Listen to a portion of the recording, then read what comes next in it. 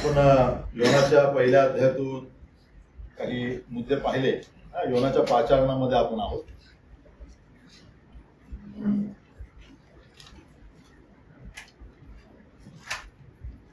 पाचारणाविषयी आपण विचार करत होतो. पाचारणाचा अर्थ पाहिला. सांगेल का कोण अर्थ आहे पाचारणाचा?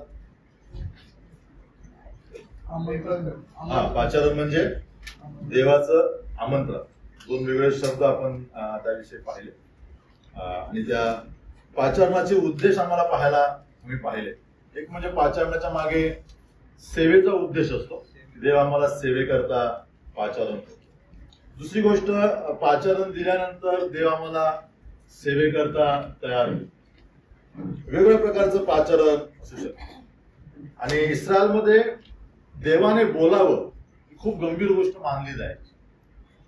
लोक त्या देवाच्या शब्दाचा आदर करायचे आणि त्यांचा असा ग्रह होता की त्यांचा असा खास विश्वास होता की देव खास लोकांशीच बोलतो. देव शम्युएलाशी बोलला प्रभू. त्यावेळेस संपूर्ण प्रांतामध्ये वाऱ्यासारखी बातमी पसरली की शम्युएल संदेष्टा व्हायचा ठरला आणि मग लोक शम्युएलाजवळ जमा होऊ लागले. तर अशा प्रकारे देवाचं वचन ज्यावेळेस लोकांकडे यायचं त्यावेळेस ते लोक त्याच्याकडे आदराने पाहायचे. योनाच्या जीवनामध्ये आपण थोडस वेगळं पाहतो. योनाकडे देवाचं वचन आलं परंतु योनाने देवाच्या वचनांना जसा पाहिजे तसा प्रतिसाद दिला. त्याला पाचारणाचं मूल्य त्याने त्या ठिकाणी जपलं. काही गोष्टी असू शकतात आमच्या जीवनात देखील योनाप्रमाणे की देव आमच्याशी बोलतो परंतु आम्ही देवाच्या पाचारणाला प्रतिसाद देत नाही. योनाची समस्या काय होती? योनाने का देवाच्या पाचारणाकडे दुर्लक्ष केलं किंवा दुय्यम स्थान दिलं? योनाचा एक विशेष प्रकारचा दृष्टिकोन होता निनवेच्या लोकांबरोबर. केवळ योनाचाच नाही, संपूर्ण इस्रायल राष्ट्राचा हा दृष्टिकोन होता की इस्रायल राष्ट्र इस्रायलचा जो शत्रू आहे असूर साम्राज्य, त्या साम्राज्यावरती देवाने करुणा करू नये, त्या साम्राज्याला देवाने तारण देऊ नये. उलट आम्ही असं वाचतो पाहतो की ज्यावेळेस योनाने प्रचार केला, योनाच्या प्रचारानंतर योना जाऊन टेकडीवरती तंबूमध्ये वाट पाहत बसला. असं आपण वाचतो त्या ठिकाणी की कधी या शहरावरती देव अग्नीचा वर्षाव करेल आणि सदोम गमोराप्रमाणे हा प्रांत जाळून टाकेल. अनेकदा आम्ही अशा भावनेने अनेकांकडे पाहतो. आम्ही विश्वासणारे दुसऱ्या विश्वासणाऱ्याकडे देखील अशा भावनेने पाहू शकण्याची शक्यता. अनेकदा आम्हाला त्यांच्या जीवनातील उणिवा समस्या माहिती असतात आणि मग आमचा एकच कल असतो की हा भाऊ किंवा ही बहीण किंवा हे कुटुंब यांच्यापर्यंत देवाचा अग्नी किंवा देवाचा कोप कशा प्रकारे. आम्ही जुना करार आणि नवा करार दोन्ही याच्यामध्ये देवाचा एक स्वभाव पाहतो की देव अतिशय सहनशील, कणवाळू आणि हजारो पिढ्यांपर्यंत तो दया करणार. ज्यावेळेस आम्ही आमच्या विचारांनी लोकांच्या जीवनातील पापांना पाहतो त्यावेळेस आम्ही जाणीवपूर्वक देवाचा स्वभाव विसरतो.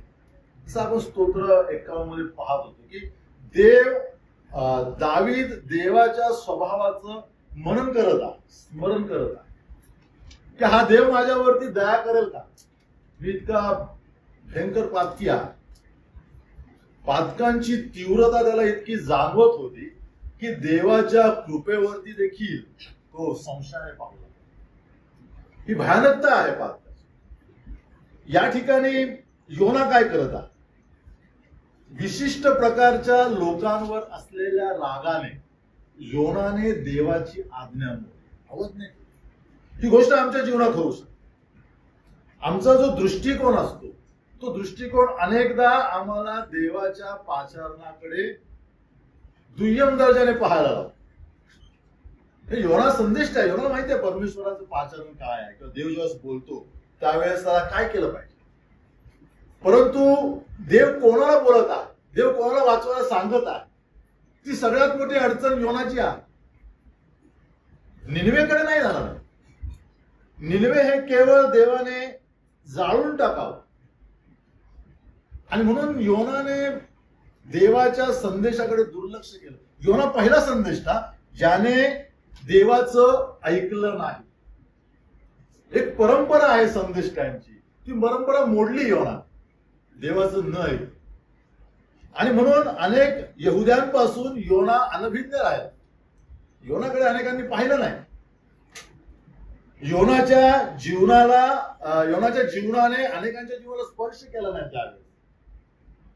तरी देखील आम्ही एक महत्वाचा मुद्दा पाहतो की ज्यावेळेस आमचे दृष्टिकोन देवाच्या वचनाशी सुसंगत असतात त्यावेळेस आम्ही अवज्ञा करायला सरस आहोत. ज्या जगात आम्ही राहतो, ज्या वातावरणात आम्ही वाढतो, ते जग आणि ते वातावरण आमचे दृष्टिकोन बनवतात. माझं कुटुंब कसं असावं, माझा लाईफ पार्टनर कसा असावा, हे कोण ठरवतं? जग ठरवतं. आजच्या तरुणांना जर विचारलं, त्यांच्या तरुणांच्या अंतःकरणामध्ये त्यांच्या जोडीदाराची प्रतिमा तयार आहे. ही प्रतिमा कोणी तयार केली? पवित्र शास्त्राने तयार नाही केली. ही प्रतिमा जगाने तयार केली. आणि जगाच्या विचारानुसार तरुण आपलं यश ठरवतात, तरुण आपला जोडीदार ठरवतात, तरुण आपलं करिअर ठरवतात. म्हणजे जगाच्या दृष्टीने ज्या गोष्टी सक्सेस मानल्या जातात, यशस्वी मानल्या जातात, त्याच गोष्टी आज विश्वासणाऱ्या तरुणांकरता यशाच्या ठरलेल्या आहेत. जगाच्या दृष्टीने ज्या गोष्टी आदर्श मानल्या जातात त्याच गोष्टी विश्वासणाऱ्या तरुण आणि तरुणींकरता आदर्श आहेत. म्हणजे जवळपास विश्वासणाऱ्या तरुणांनी किंवा विश्वासणाऱ्यांनी त्यांचे दृष्टिकोन जगाच्या विचारांनी बनवलेले आहे. जगाचा जास्त प्रभाव आहे आणि म्हणून हा जो प्रभाव आहे हा प्रभाव देवाच्या पाचारणाला धुडकास येईल. जसं योनाचं झालं. योना अशा लोकांमध्ये वाढला, निनिवेचा द्वेष करणारे इस्रायल लोकांमध्ये वाढला. लहानपणापासून त्याला हे बीज दिलं गेलं की असूर काय आहे, निनिवे काय आहे, हे आमचे शत्रू राष्ट्र आहे, नक्कीच शत्रू राष्ट्र आहे. त्यांनी खूप इस्रायलचा नाश केला किंवा इस्रायल या पृथ्वीवर नष्ट व्हावं अशी त्यांची भूमिका त्यावेळेस केली. मग असा हा दृष्टिकोन ज्या राष्ट्राचा आहे त्या राष्ट्राचं तारण व्हावं ही देवाची इच्छा. म्हणजे आमच्या बुद्धीच्या पलीकडे देवाचं मन आहे. कारण ज्यावेळेस आम्हाला हे मन समजेल त्यावेळेस आम्ही क्वचितच धैर्य करू. आमच्या बंधूबद्दल, आमच्या बहिणीबद्दल किंवा ज्या विश्वासणाऱ्या ज्यांचं आमच्याशी काही नातं नाही त्यांच्याबद्दल इतक्या टोकाची भूमिका करायची.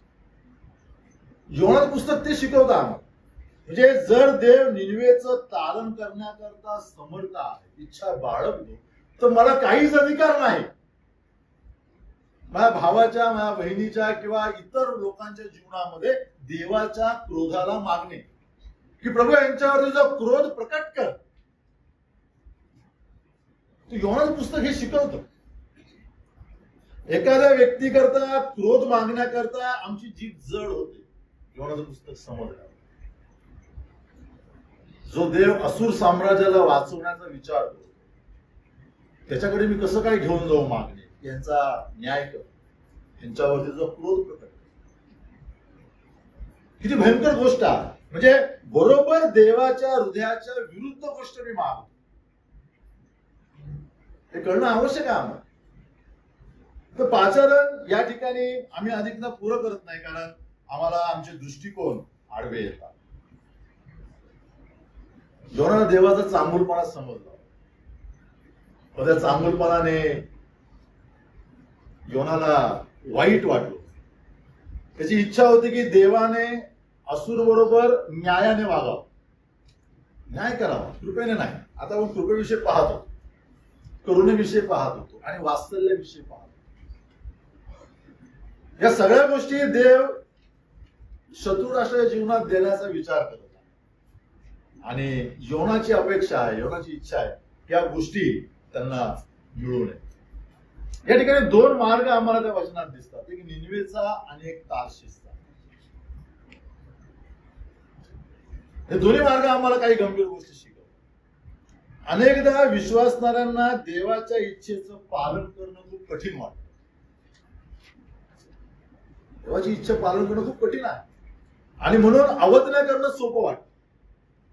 पण जर निनवे आणि तार्शीसचा आम्ही तुलना केली तर योना करता निनवेचं पालन करणं किंवा निनवेला जाणं अतिशय सोपं होतं. याफोपासून निनवे 960 किलोमीटर अंतरावरती आहे आणि याफोपासून तार्शीस 3500 किलोमीटर. योना कुठे गेला? योना तार्शीसला गेला. ड्रायव्हर आपल्याला भरपूर असताना कळेल कुठे जातील. 950चं भाडं स्वीकारायचं का 3500चं भाडं स्वीकारायचं?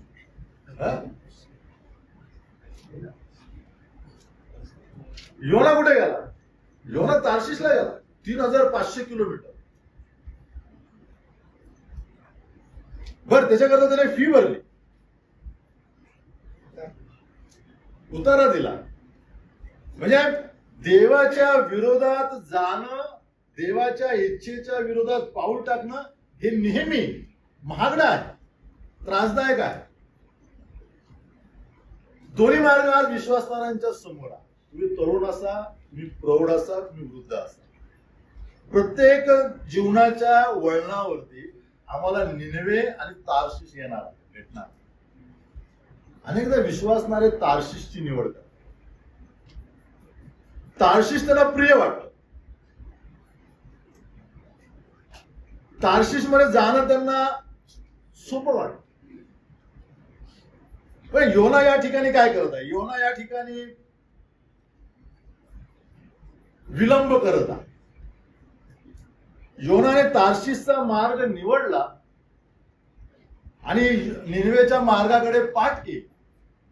योनाला एवढं कळलं, एवढा भाग योनाला नक्की कळाला की मी काय करत आहे? मी लाखो लोकांच्या तारणाकडे पाठ करत आहे. देव नक्कीच त्या ठिकाणी दुसरी योजना लवकर करणार नाही. योनाला माहित आहे. योनाचा आडमुठेपणा स्वभावामुळे लाखो लोकांचं जीवन धोक्यामध्ये होतं. एका संदेष्टाने असं वागणं आणि योनावरती खूप टीका करण्यात आली कॉमेंट्रीज मध्ये वाचत, आणि ते वास्तवात आहे. योनाने खूप लोकांच्या टीका सहन केल्या. म्हणजे 1.5 लाख लोकांकडे पाठ करून योना सरळ तार्शीस मध्ये निघून गेला. मरू नाही तर काही करू अशा आविर्भावात योना. अनेकदा आमचा स्वभाव कसा असतो. अनेकदा आम्ही अशा प्रकारे निर्णय घेऊ शकतो. आम्ही विश्वासी असो, सामान्य, आम्ही सेवक असो, आम्ही पुढारी असो. मला हे पाहणं आवश्यक आहे की माझ्या आडमुठे स्वभावामुळे मंडळीचं नुकसान, विश्वासाचं नुकसान होत आहे, किंवा एखादं काम, एखादी व्यवस्था रखडली जात, हा विचार आम्ही करणं आवश्यक. योनाने तार्शीस निवडलं. तार्शीस नेहमी समृद्धी दाखवतो. तार्शीस म्हणजे आजचं स्पेन, माद्रिद. लोक स्पेनला जातात हॉलिडेज करतात, ज्यांच्याकडे खूप पैसे असतात. जगातली सगळ्या सुविधा त्या ठिकाणी आहे, सुख त्या ठिकाणी आहे. त्यावेळेस देखील ते शहर तसं होत. तर तार्शीस नेहमी काय आहे? तार्शीस नेहमी आमच्या दैहिक स्वभावाला भुलवणार आहे. तार्शीस नेहमी आम्ही आमच्या देहाच्या वासनांना भुलवणार आहे, आमच्या डोळ्यांच्या वासनांना भुलवणार आहे. तार्शीसचा तो गुणधर्म आहे. आणि म्हणून विश्वासणाऱ्या निनवेकडे जाण्याऐवजी तार्शीसला जाणं पसंत करतात. देवाच्या विरोधात ज्यावेळेस आम्ही जातो त्यावेळेस तो प्रत्येक मार्ग तार्शीस आहे. कुठलाही मार्ग. ज्यावेळेस मी देवाने सांगितलेल्या नेमक्या आज्ञेच्या उलट जातो, तो उलट गेलेला मार्ग तार्शीस. वरवर तार्शीस खूप संपन्न आहे. वरवर तार्शीस खूप आनंदाचं ठिकाण आहे, शांततेचं ठिकाण आहे. परंतु वास्तवात तार्शीस मध्ये देवाची इच्छा नसल्यामुळे तार्शीस मध्ये यश नाही, तार्शीस मध्ये शांती नाही, तार्शीस मध्ये समाधान. आमचं जीवन असं आहे का? यापैकी मी श्रम करत आहे, परंतु यापैकी मला काही लाभ होत नाही. मी अनेक प्रकारचे प्रयत्न करत आहे, परंतु मला समाधान. कदाचित आम्ही तार्शिषच्या मार्गावरती असू शकतो. देवाच्या विरोधात जाण्याचा स्वभाव असल्यामुळे आमच्या जीवनामध्ये अनेक गोष्टी आम्ही मागून घेतलेल्या असू शकतात. ज्या ज्या वेळेस मी देवाच्या स्वभावाच्या विरोधात जाईन, बंड करेन, त्यावेळेस माझ्या जीवनामध्ये अनेक प्रकारच्या उणिवांना देव ठेवून. योना हे अशा बंडखोर विश्वासाचं चित्र आहे ज्यांनी देवाचा मार्ग सोडून आपला मार्ग धरलेला. योना हे एका बंडखोर सुवार्थिकाचं चित्र आहे. ज्याला सांगतो देव जा आणि सुवार्ता सांग, परंतु योना आपली सुविधा. तो पाचारणामध्ये खूप मोठा उद्देश दडलेला आहे. योनाला पुढे सांगण्यात आलं की योना तू जा वचन 2 मध्ये आणि काय कर, आरोळी कर. बघा, निनवे शहरात जा व कशी आरोळी कर, त्यांच्या विरुद्ध आरोळी कर. पाचारणात निश्चित दिशा, निनवेस जायचं आणि स्पेसिफिक काम आहे, निश्चित कार्य. मी सांगेन ती आरोळी करायची, दुसरं काही बोलायचं नाही.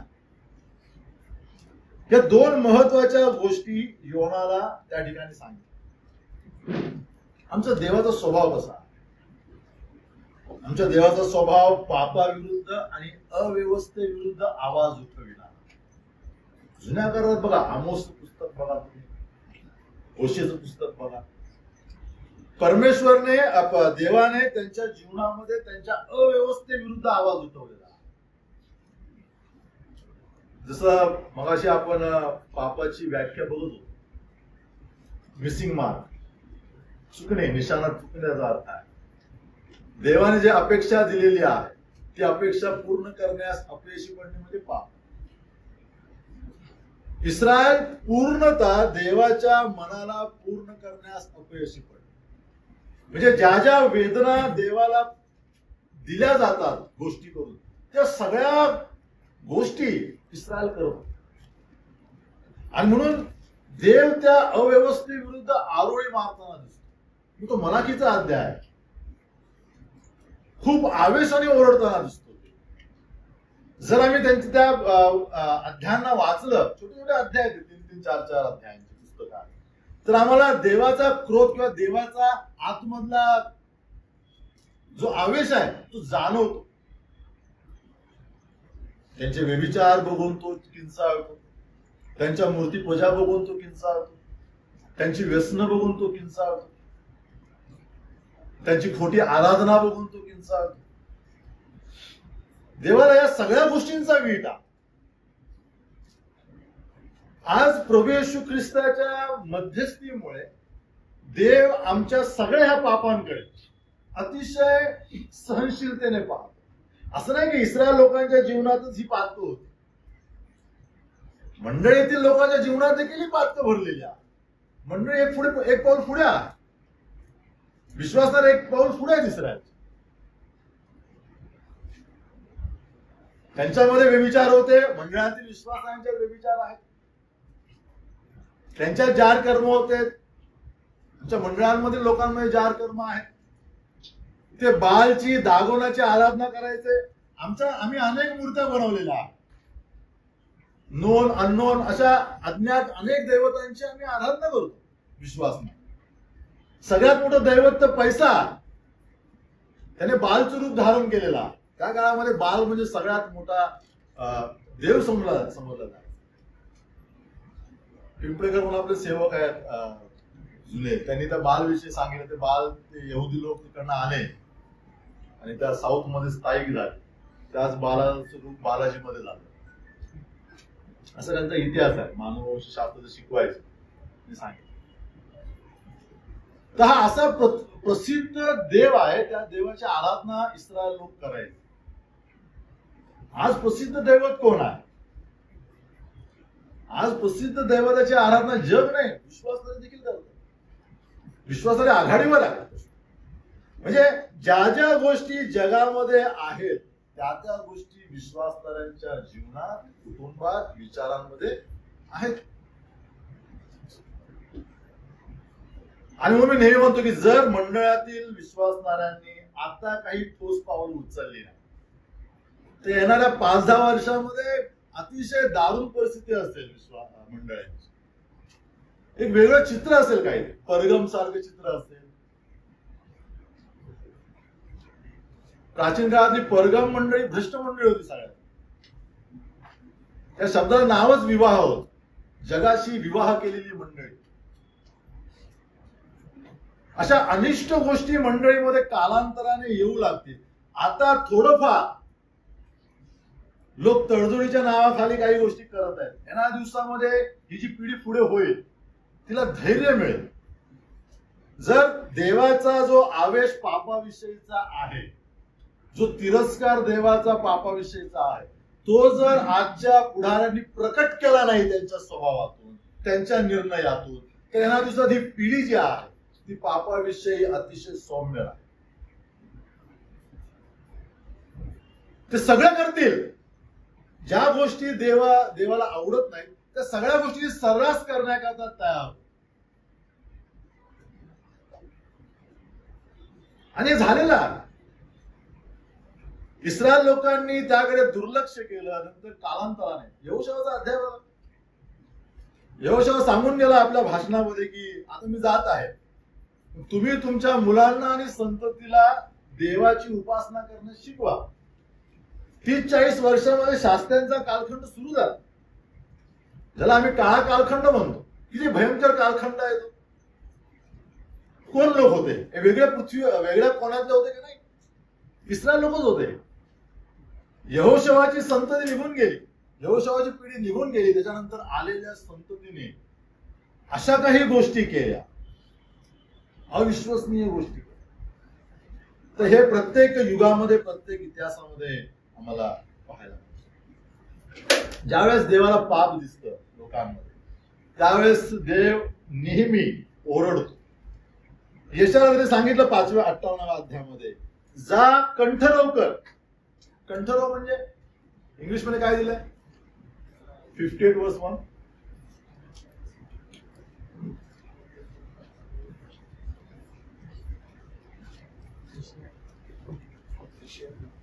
यशया 58:1 काय? Cry allowed. हा, क्राय. जोराने रड. नुसतं रड म्हणत नाही, आपला स्वर करण्याप्रमाणे कर. जसा कर्णा वाजतो, बिगुल वाजतो, कांठळा वाजतात, असा आपला स्वर कर. आणि काय कर? असं की माझ्या लोकांचे पाप विदित कर, स्पष्ट कर, प्रकट कर. जिथे पाप दिसेल त्या विरुद्ध आवाज उठवणारा देव. कारण जर तुमच्या जीवनात पाप असेल तर आवाज उठवणार. तुमच्या कुटुंबात पाप असेल, तुम्ही झाकत असाल, दुर्लक्ष करत असाल, आवाज उठवणारा. मंडळीत पाप असेल, दुर्लक्ष करत असेल, पुढे आवाज उठवणारा देव. त्याच करता पाचारण देतो. ज्या ज्या वेळेस लोकांना त्याने पाचारण दिलं त्या वेळेस त्याने निश्चित जबाबदारी दिली. योनाला सांगितलं जाऊन आरोळी कर, नुसता प्रचार करू नकोस, ओरड आपल्या बेंबीच्या देठापासून, जेणेकरून त्यांना पापाची तीव्रता कळाल. बघा इर्मयाचा पहिला अध्याय 17 आणि 18 वचनात तो काय म्हणतो?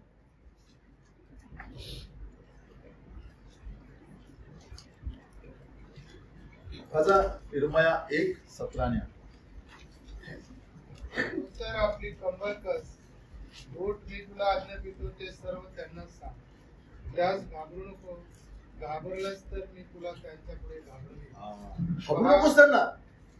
पुढे पहा, आज या सगळ्या देशाविरुद्ध यहूदाचे राजे, त्यांचे सरदार, त्यांचे याजक व देशातील लोक त्यांच्या विरुद्ध तुला भीक, तटबंदीचे नगर, प्रहस्तंभ, पितळी कोट असे करतात. या सगळ्या उपमांचा अर्थ हा, ज्या लोकांकडे तू जाणार आहे ते साधे लोक नाही, ते घाबरवतील तुला, पण तुझ्या मुखातून त्यांच्यापर्यंत त्यांच्या पापाचा पाडा वाचला गेला पाहिजे. मी तुला पितळेची भिंत करतो, लोहाचं खांब करतो, मी सगळं काही करेन, परंतु माझ्या लोकांच्या जीवनामधील पापांचा तू काय केला पाहिजेस, आरोप त्यांच्या समोर ठेवला. पापाचा द्वेष करणारा आमचा देव आहे. दुसरा मुद्दा आम्हाला पाचारणामध्ये पाहायला मिळतो की पाचारण आम्हाला प्रवृत्त करतं आमच्या सुखासीन जीवनातून बाहेर येण्याकरता. आम्ही काय म्हणतो, comfort zone, safe zone, safe जागा. योनाला कम्फर्ट झोनच्या बाहेर जायचं. योनाला त्याची सेवा फक्त इस्रायल पुरती करायची, इस्रायल लोकांपुढे प्रचार. आम्ही अनेकदा आमचे कम्फर्ट झोन तयार करू. आमचे तरुण असतील, आमच्या मंडळा असतील, आमचे पुढारी असतील, ते विशिष्ट ठिकाणी जाण्यास तयार होत नाही, वेगळी जबाबदारी उचलण्यास तयार होत नाही.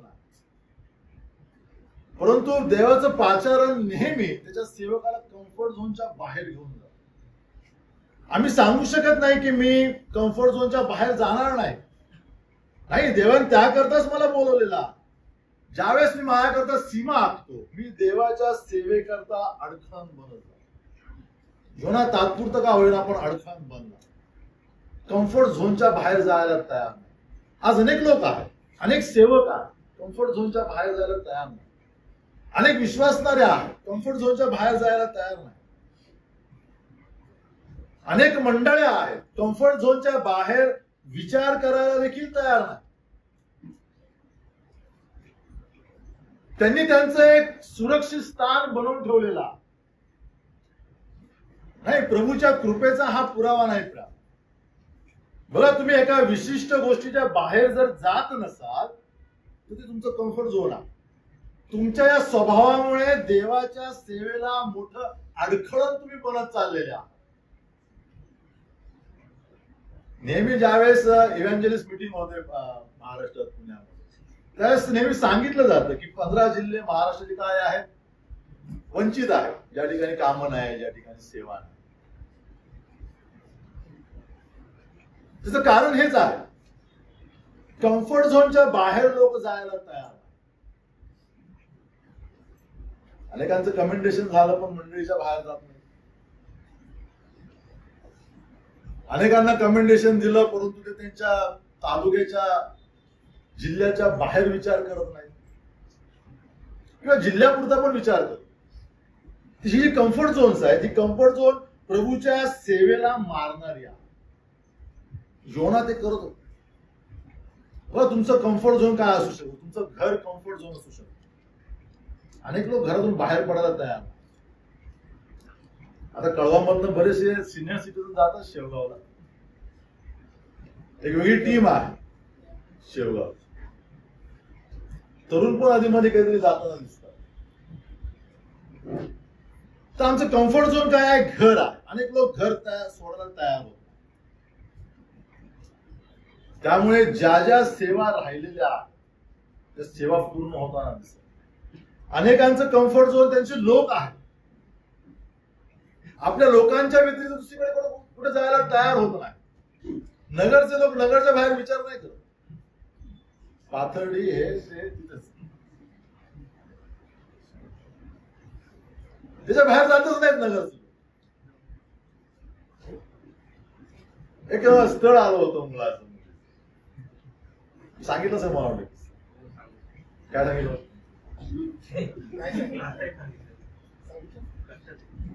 एका त्याला विचारलं मी, काय बोलतात म्हणजे नगरचाच मुलगा किंवा नगरचीच मुलगी पाहिजे. हा बोलत ते बरं असतं, म्हणजे आमचं जर असं नगर असं असंच करत होतं. काय कारण दिलं मला पण काय कळलं नाही ते काय. हे म्हणजे कम्फर्ट झोन. ह्याच्या बाहेर आम्हाला विचार नाही करायचा. हीच गोष्ट सेवेमध्ये आणली त्यांनी. काही लोकांना ह्याच्या बाहेर विचारच करत नाही. तर कम्फर्ट झोन प्रभूच्या सेवेला मारून टाकतो. काही लोक, काहींचं मंडळीचा हॉल कम्फर्ट झोन आहे.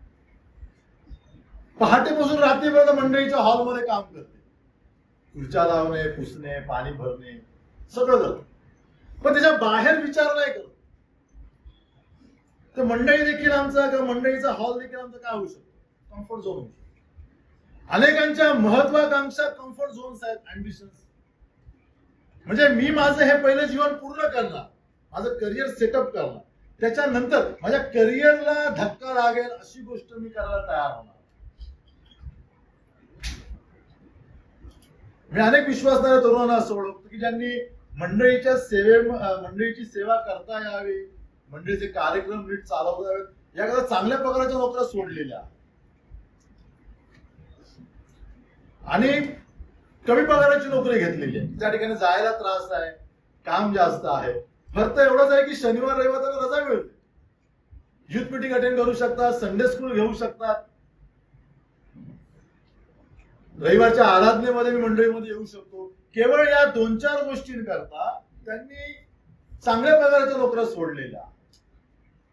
म्हणजे लोक कम्फर्ट झोनच्या बाहेर जायला तयार नाही, नुकसान करायला तयार नाही, प्रभू करतात. तर हे कम्फर्ट झोन्स बनवले आहेत. आमचा देव नेहमी कम्फर्ट झोनच्या बाहेर जायला सांगतो.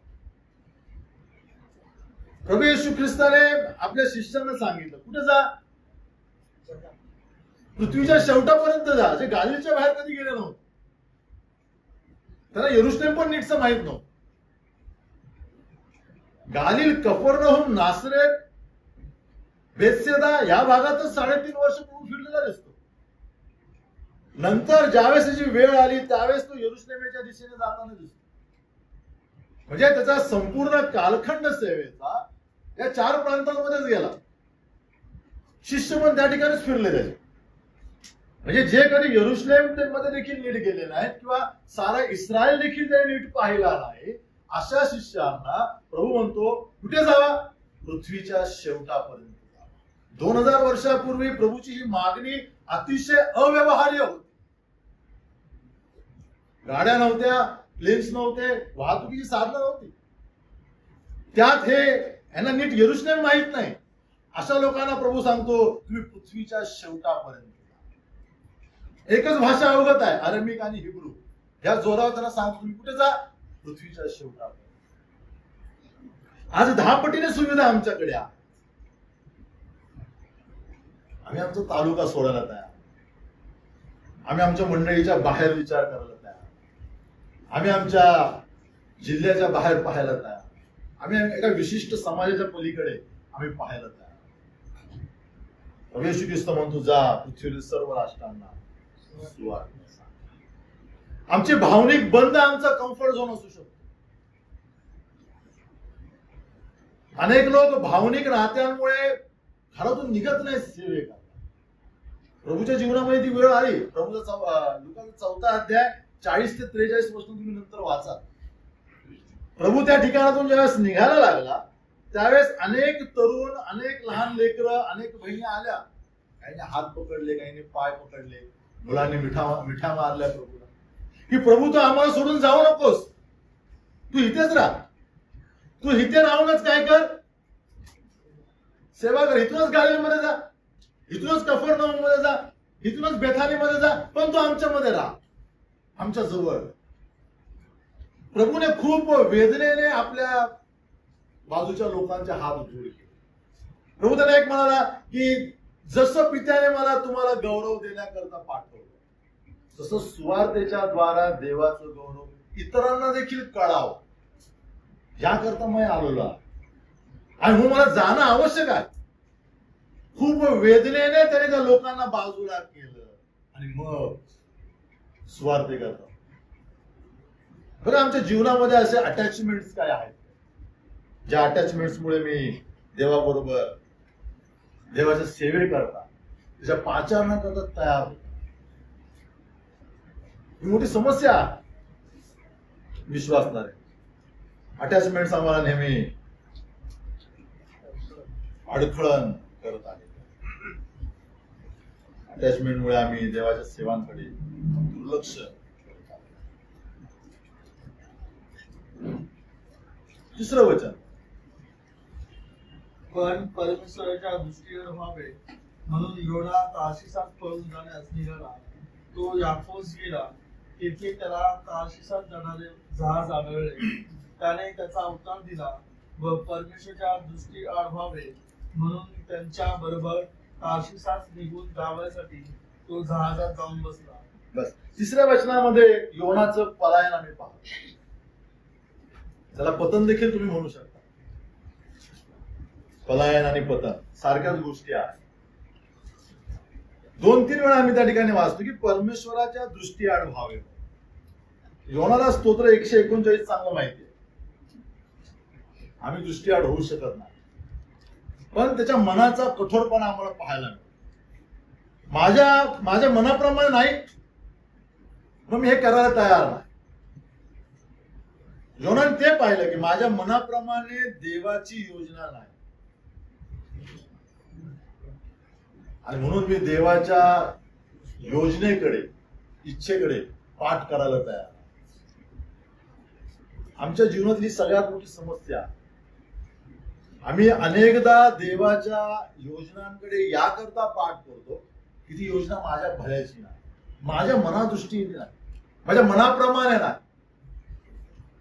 आणि मग योना पळालाय त्या ठिकाणी. कसा पळालाय ते आपण वाचलेला. जशी आज्ञा पालनाची किंमत भरावी लागते, तशी अवज्ञेची देखील किंमत भरावी लागते. महागड्या अवज्ञा, ज्यांनी देवाच्या इच्छा तोडल्या त्यांच्या जीवनाकडे बघा. दावीचं उदाहरण आपण पाहतो. अवज्ञा महाग आहे. खूप तीव्र वेदना त्याच्या अंतःकरणात जो सहन करतो, कबूल करतोय प्रामाणिकपणे 51. योनाला अवज्ञेची देखील किंमत भरावी लागते. प्रत्येक अवज्ञेची किंमत आहे आपल्याला. ज्या वेळेस आम्ही देवाच्या आज्ञांचं उल्लंघन करू, आज ना उद्या आम्हाला त्याची किंमत पूर्ण भरावी लागते. योनाने या ठिकाणी किंमत भरली. लुकाच्या 15व्या अध्यायात एक चांगलं उदाहरण आम्हाला पाहायला मिळतं उजळ्या पुत्राचं.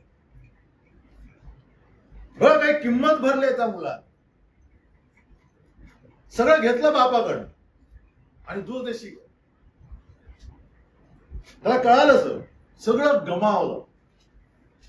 अशी अवस्था आली, जनावरांच्या शेंगा खायची अवस्था आली आणि किंमत भरली.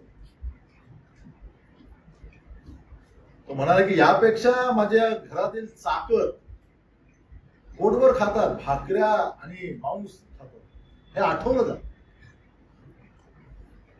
मी का इथपर्यंत येऊ शकलो, का इथपर्यंत आलो, याचं कारण त्याला कळालं. मी बापाच्या मनाच्या विरोधात या ठिकाणी आलो.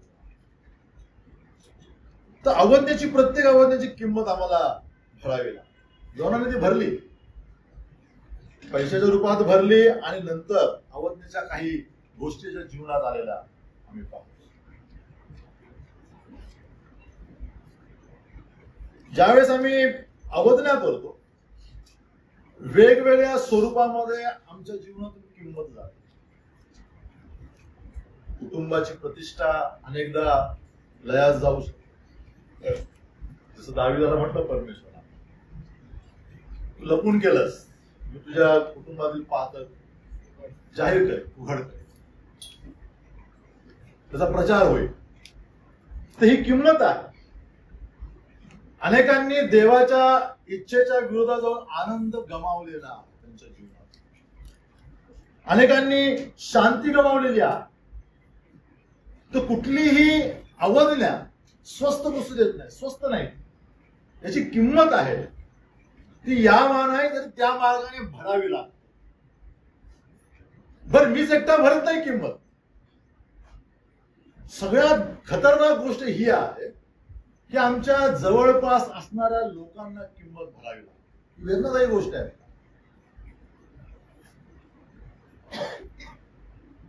आई वडील सुधारले नाही ना, त्यांची किंमत मुलांना भरावी लागते.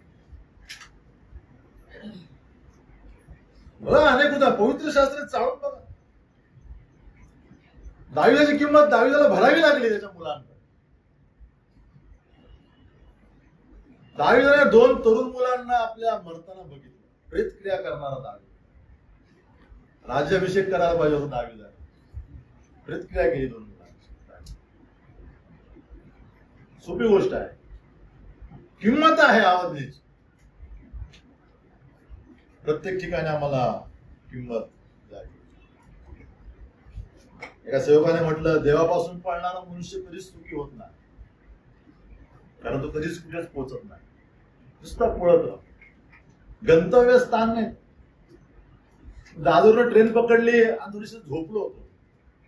चांगलं वाटलं का? खाली होती जागा. लगेच आलं ठाणा. असं वाटलं की आत्ताच बसून आत्ताच आलं. तिचं गंतव्य स्थान ठाणा होत. कसली चळवळ बघितलं तर ठाणा आलं. ती पुढे जाणार नव्हती, थांबली ती. माझी इच्छा, मी जरी झोपलो असतो तरी मला लोकांनी सांगितलं असतं की आता ट्रेन संपली आहे. देवापासून पळणाऱ्या माणसाला गंतव्य स्थान नाही, तो कुठेच पोचत नाही, आणि म्हणून तो कधीच समाधानी राहतो. मार्मिक टिप्पणी केलेली आहे परमेश्वराच्या आज्ञा मोडणाऱ्या लोकांना. बघा पुढे तुम्ही पळत आहात देवाच्या इच्छेत.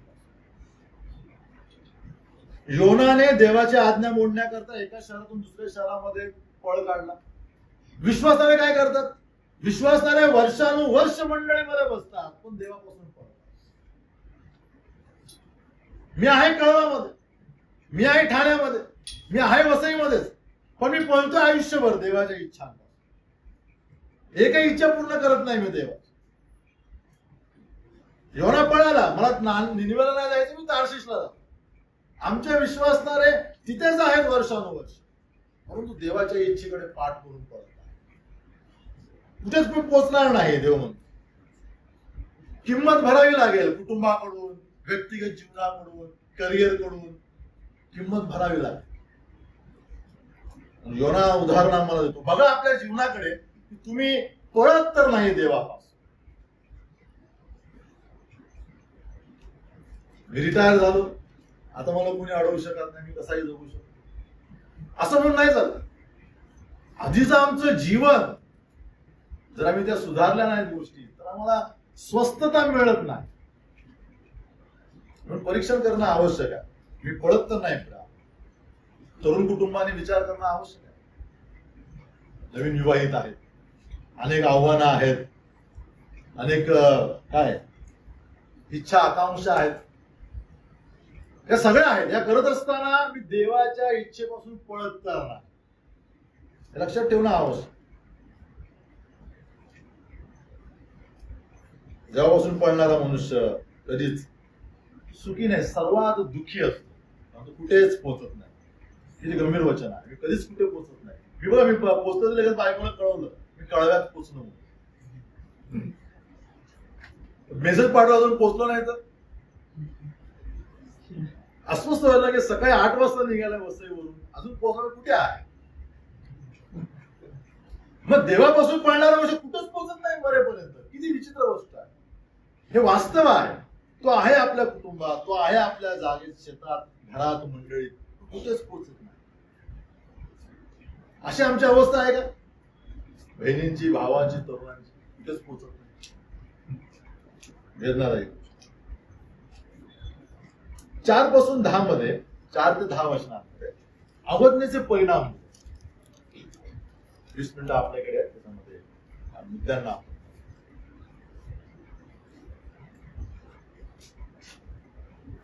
बस 4 to 10 तुम्ही.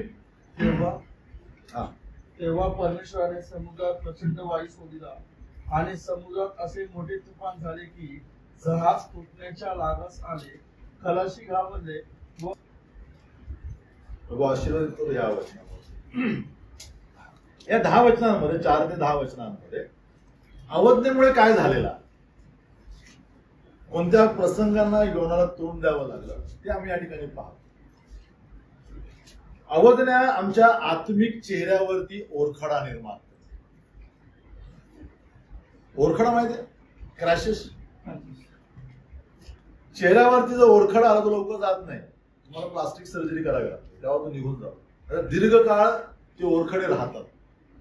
चेहरा आमचा कुरूप होऊ शकतो, विद्रूप होऊ शकतो. प्रत्येक अवज्ञा, देवापासून आलेल्या इच्छेचा अनादर केलेली प्रत्येक अवज्ञा आमच्या आध्यात्मिक चेहऱ्यावरती ओरखडा निर्माण. जोपर्यंत मी नातं नीट करत नाही प्रभू बरोबर, तोपर्यंत ओरखडा कायम आहे. समस्या अशी आहे की हे ओरखडे आम्हाला आमच्या चेहऱ्यात आरशात दिसत नाही. ब्युटी पार्लरमध्ये सांगत नाही तुमच्या चेहऱ्यावरती ओरखडे. पार्लरमध्ये गेलो सांगतात, ती बाई सांगते डोळ्याखाली काळं आहे, काहीतरी करा वगैरे वगैरे. इथे ती समस्या आहे.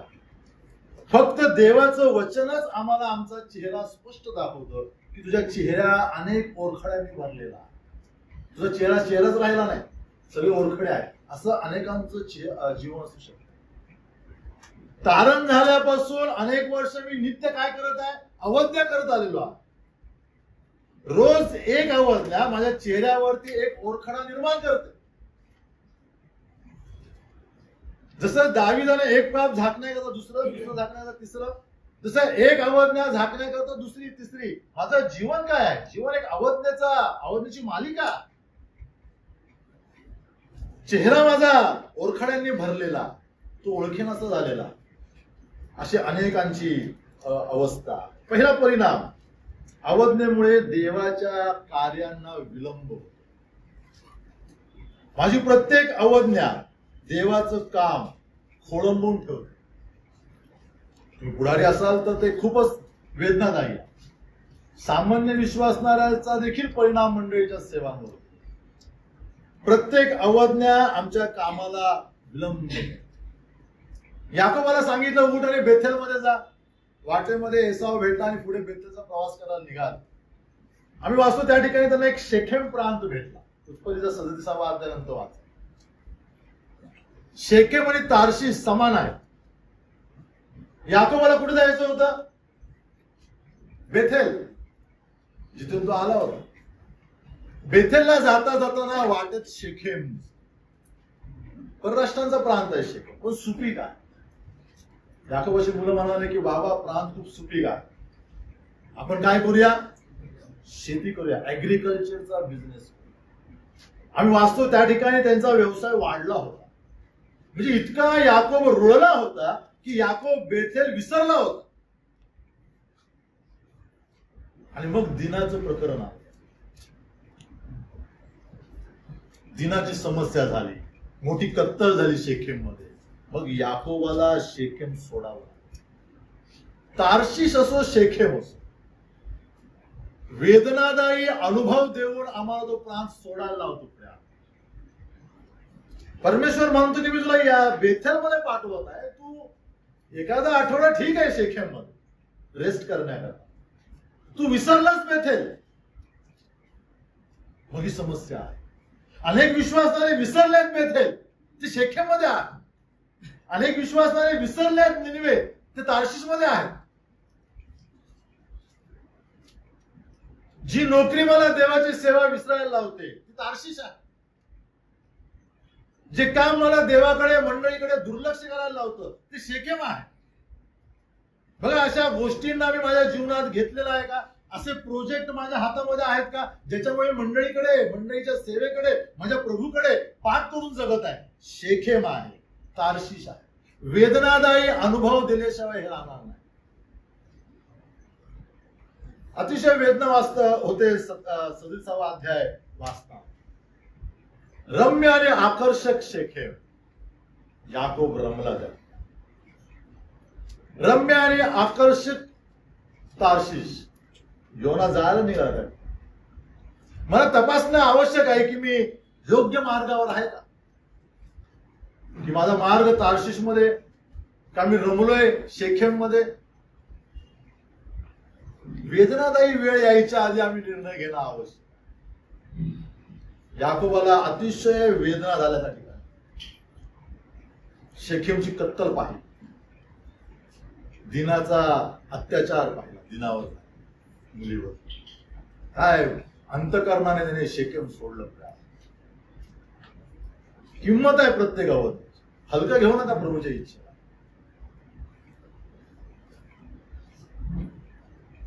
वेदनादायी अनुभव देऊन भाग सुधरवतो. चौथ्या वचनामध्ये आम्ही पाहतो मग एक मोठं वादळ आलं.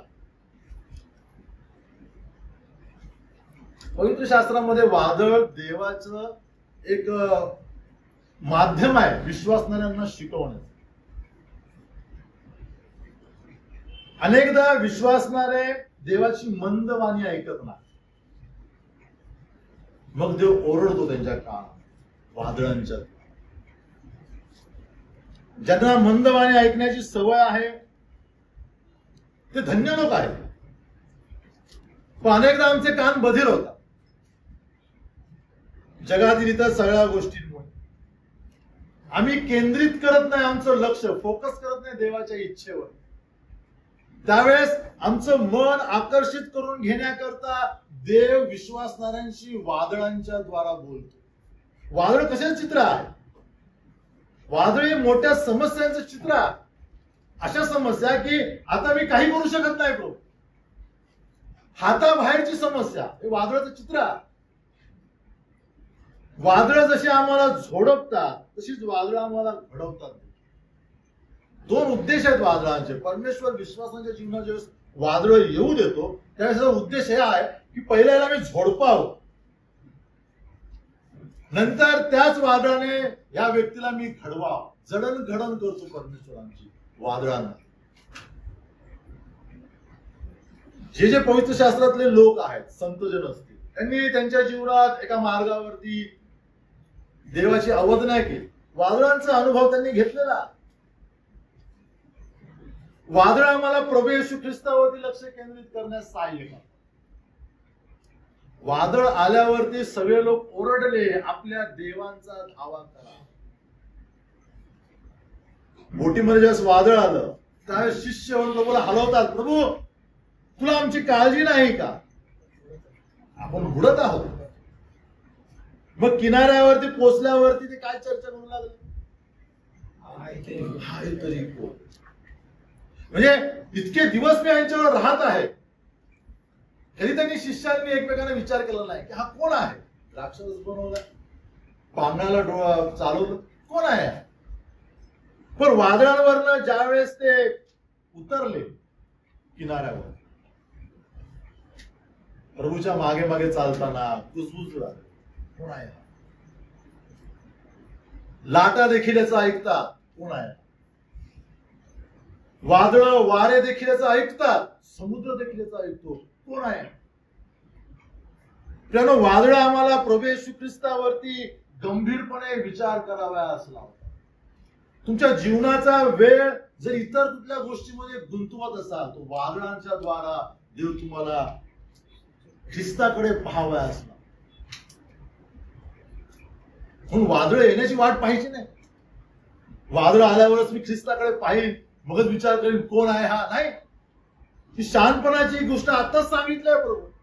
जर माझं जीवन असं अव्यवस्थित असेल, माझ्या जीवनातील मूल्यवान वेळ ख्रिस्ताऐवजी इतर कुठल्या गोष्टीमध्ये गुंतत असेल तर मागे येणं आवश्यक आहे. मोठं वादळ येण्याच्या माझा वेळ, माझी ऊर्जा, माझं धन कुठे गुंतवलं पाहिजे? ख्रिस्तावरती गुंतवणं आवश्यक. एक विश्वासणारे मला सांगत मध्ये शेअर मार्केटचा काहीतरी घोटाळा झाला, बरंच मार्केट पडलं वगैरे असं. अनेक बंधुजनांचे पैसे त्यामध्ये गेले. एक बंधू सांगत होते की माझ्या बाजूला ते बदल बसले होते. पहिल्याने काही छोटी रक्कम टाकली, 4 आकडे, त्याला 5 आकडी रक्कम मिळाली. हे खरं आहे, म्हणजे असं हे बनवलेलं नाही. मी तर दोन्ही बंधूंना ओळखतो, फक्त मी मुद्दा समजतो. अशा 2-3 घटना डोळ्यासमोर आल्या. काही लोकांनी सांगितलं की बदल असं नुकसान झालं व्यवसाय. तो वादळ कसं येऊ शकतो? त्याने 4 आकडी रक्कम भरली, 5 आकडी रक्कम मिळाली, 5 आकडी रक्कम भरली. असं करत करत तो 80-85 पर्यंत गेला, लाखापर्यंत, 1000 नाही. नंतर आलेच नाही. आणि भाऊ बाजूला आहे, तो टेस्टिमनी है। उधर मैं देख रहा हूं 1200 डाले इतने मिले, 25 डाले इतने मिले, 85 डाले कुछ आए नहीं। मैं बोला 85,000, अरे नहीं ब्रदर 85 लाख, हे वादळ आहे का? मी दोन्ही व्यक्तींना जवळून ओळखतो सांग, कुठे गुंतवाय होता आमचं जीवन? चला पैसे गेले, पैसा कमा सकते का? अनेकांनी आपलं जीवन गुंतवलेलं आहे जगामध्ये.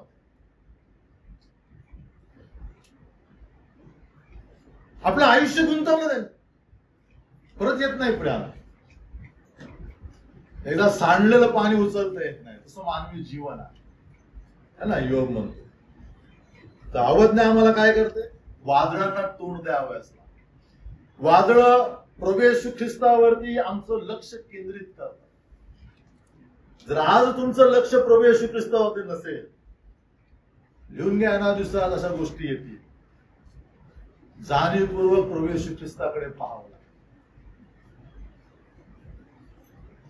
ते वादळ आहे. बोटीतून प्रवास करायची गरज नाही त्याला. ना आम्ही बोटीतून प्रवास करत नाही बघ, कसं काय वादळ आहे? वादळ याचा अर्थ जीवनातील समस्या. प्रभूच्या त्या वादळाला शांत करण्याच्या कार्याने शिष्यांना परीक्षण करावयास लावलं. प्रभू विचारलं, तुमचा विश्वास कुठे आहे? तो वादळ आमच्या जीवनाचं परीक्षण देखील करावयास लावलं. विश्वास कुठे आहे तुमचा? कुठे चाललेले आहेत तुम्ही? तुमच्या जीवनातल्या प्राथमिकता काय आहेत? प्रायोरिटी काय आहेत?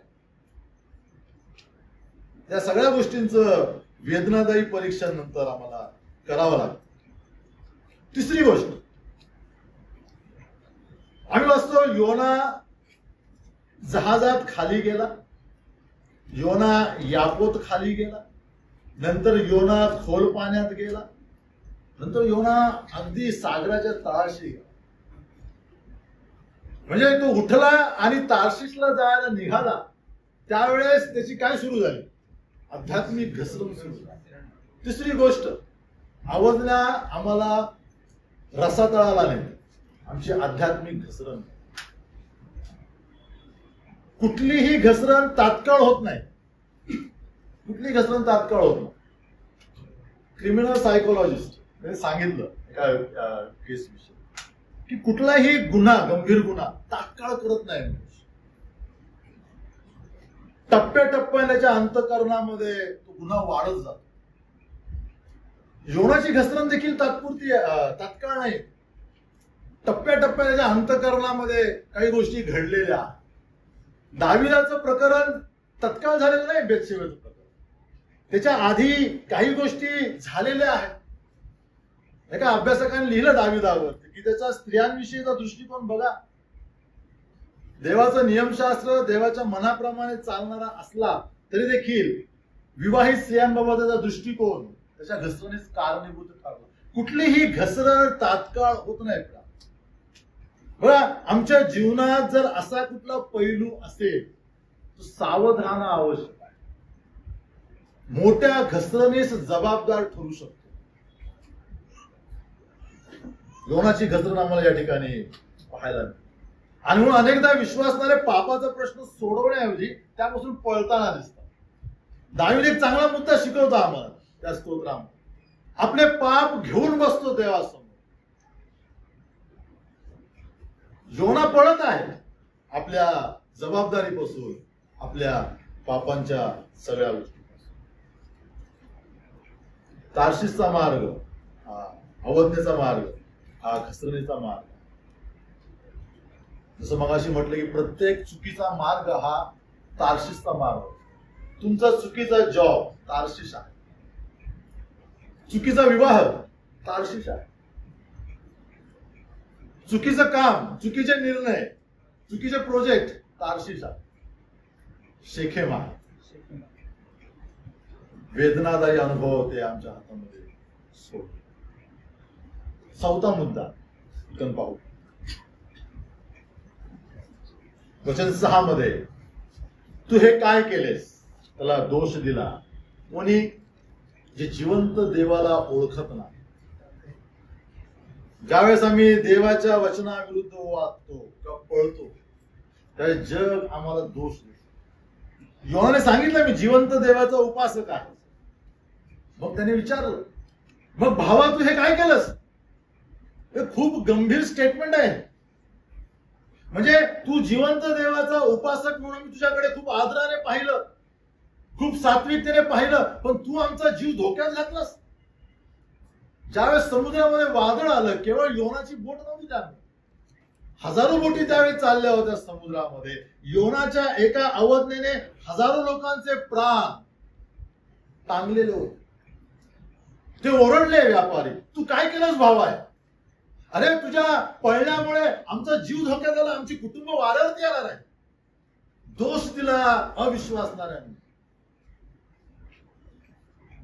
आमचं अवज्ञाकारी जीवन, देवविरोधी जीवन जगाला प्रोत्साहन देतं आमच्यावरती बोट उचलण्यात. उत्पत्तीच्या अध्यायामध्ये 2-3 उदाहरण आहेत. अब्रामने सारा, अभिमलेख कडे गेला अब्राम आणि म्हणाली माझी बहीण आहे. अभिमलेख म्हणाला तू काय केलंस? किती मोठा अपराध झाला असता. तुझ्याकडनं ही अपेक्षा नाही आणि तुला लावून दिलं, जा इथे, थांबू नकोस. एक अविश्वासी राष्ट्राचा राजा अब्राम जो संदेश आहे त्याला दोष देतो, तुझे काय केलं? तीच गोष्ट इसाकाने केली. रिबेका विषयी विचारलं, रिबेका विषयी तेच सांगितलं, तू हे काय केलंस? अभिमलेख म्हणा तुझ्याकडनं ही अपेक्षा. अनेक विश्वासणाऱ्यांचं जीवन असं भ्रमनिरास करणारा आहे. अनेक विश्वासाने विचारतात तुम्ही हे काय केलं? मला आमच्या जीवनामध्ये असे काही पैलू आहेत का ज्याच्यामुळे माझ्या जीवनाची अंगे उघडी होत असतील लोकांना टीका करण्यात? मध्ये एक प्रकरण झालं, सुपारी दिली एका आमदाराने ख्रिस्ती लोकांना मारण्याची आणि मग मोर्चे निघाले बरेच. मी त्या ग्रुपवरती माझा आर्टिकल टाकलं मानणार की असा प्रसंग नेहमी आलेला आहे बायबलच्या इतिहासामध्ये. पण विश्वासाने काय केलं? त्या निदर्शनाच्या नावाखाली त्यांनी जवळपास राजकारण केलं ख्रिस्ती समुदाय. आणि एका चर्चमध्ये तोच आमदार त्यांना म्हणला तुम्ही शांतप्रिय लोक आहेत तर मग हे काय चाललं? तुम्ही शांतिप्रिय लोक आहे ना, कारण ते लीडर जो होता तो सारखा होता आमचा समाज शांतिप्रिय आहे, आमचा समाज शांतिप्रिय आहे. ते मला ठीक आहे तुमचा समाज शांतिप्रिय आहे, मग हे काय?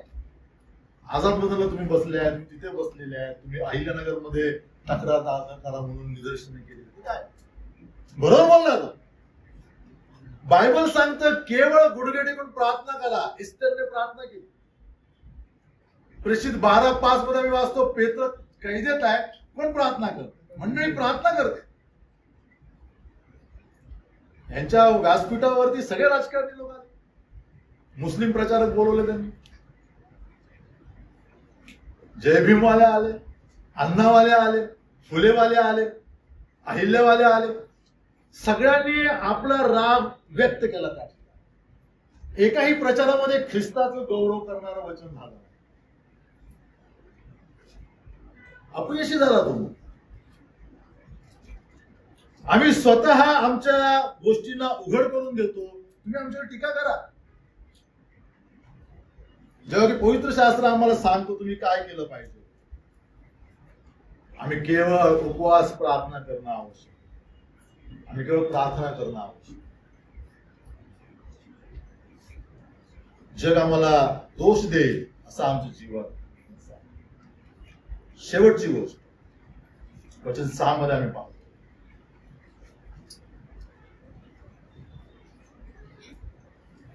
प्रार्थना कमी होते. बोटीत बसल्यापासून माशाच्या पोटात पडेपर्यंत योना प्रार्थना करताना दिसत. माशाच्या पोटात पडल्यावरती योना प्रार्थना करतो. ज्यावेळेस आम्ही देवापासून दूर पळतो आमचं देवाबरोबर बोलणं हळूहळू कमी होतं. बघा, जे लोक पळत आहेत देवापासून त्यांच्या जीवनामध्ये प्रार्थनेचा पैलू आम्हाला दिसत नाही. एलिया पळाला इजबेलीला घाबरून. आम्ही वाचत नाही एलिया त्या ठिकाणी देवाशी बोलत आहे. दूत आला, देवाने काळजी घेतली सगळी अन्न पाण्याची, परंतु देवाबद्दल बोलताना एलिया दिसत नाही. मी देवापासून दूर आहे याचं सगळ्यात चांगलं उदाहरण माझं प्रार्थनामय जीवन आहे. माझी प्रार्थना कमी झालेली प्रार्थना दाखवते मी देवाच्या संपर्कात नाही. प्रार्थनेला ब्रिज म्हटलेला आहे. काय म्हटलेलं आहे? ब्रिज आहे प्रार्थना. आमच्या जीवनातील समस्यांना देवाची कृपा जोडते, त्याकरता प्रार्थना आवश्यक आहे.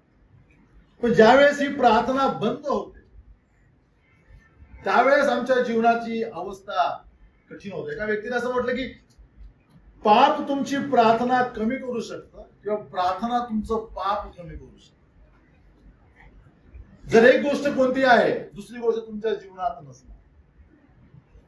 जर प्रार्थना आहे, देवाच्या पापापासून दूर राहण्याचं धैर्य आम्हाला मिळेल.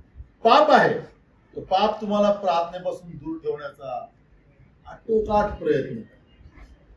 बघा, माझं जीवन देवविरोधी गोष्टींनी भरलेलं आहे. देवाच्या वेगळ्या मार्गावरती मी धावत आहे. नक्कीच माझं प्रार्थनामय जीवन कमी आहे.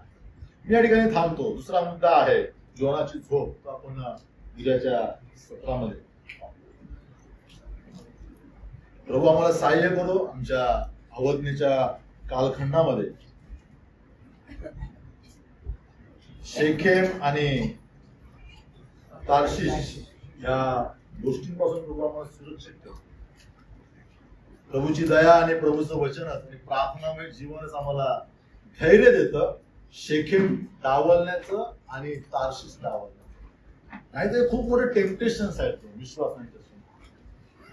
आम्हाला पाहावं लागेल माझा जॉब शेखेम आहे, माझा जॉब तार्शिश आहे.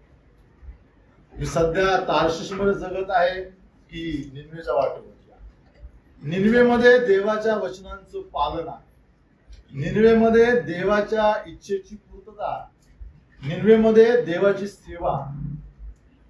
शेखेम आणि तार्शिश मध्ये केवळ पलायन आणि वेदनादायी अनुभव शिकला. देवा, मी सगळी वचने तुमच्या माया करता आशीर्वाद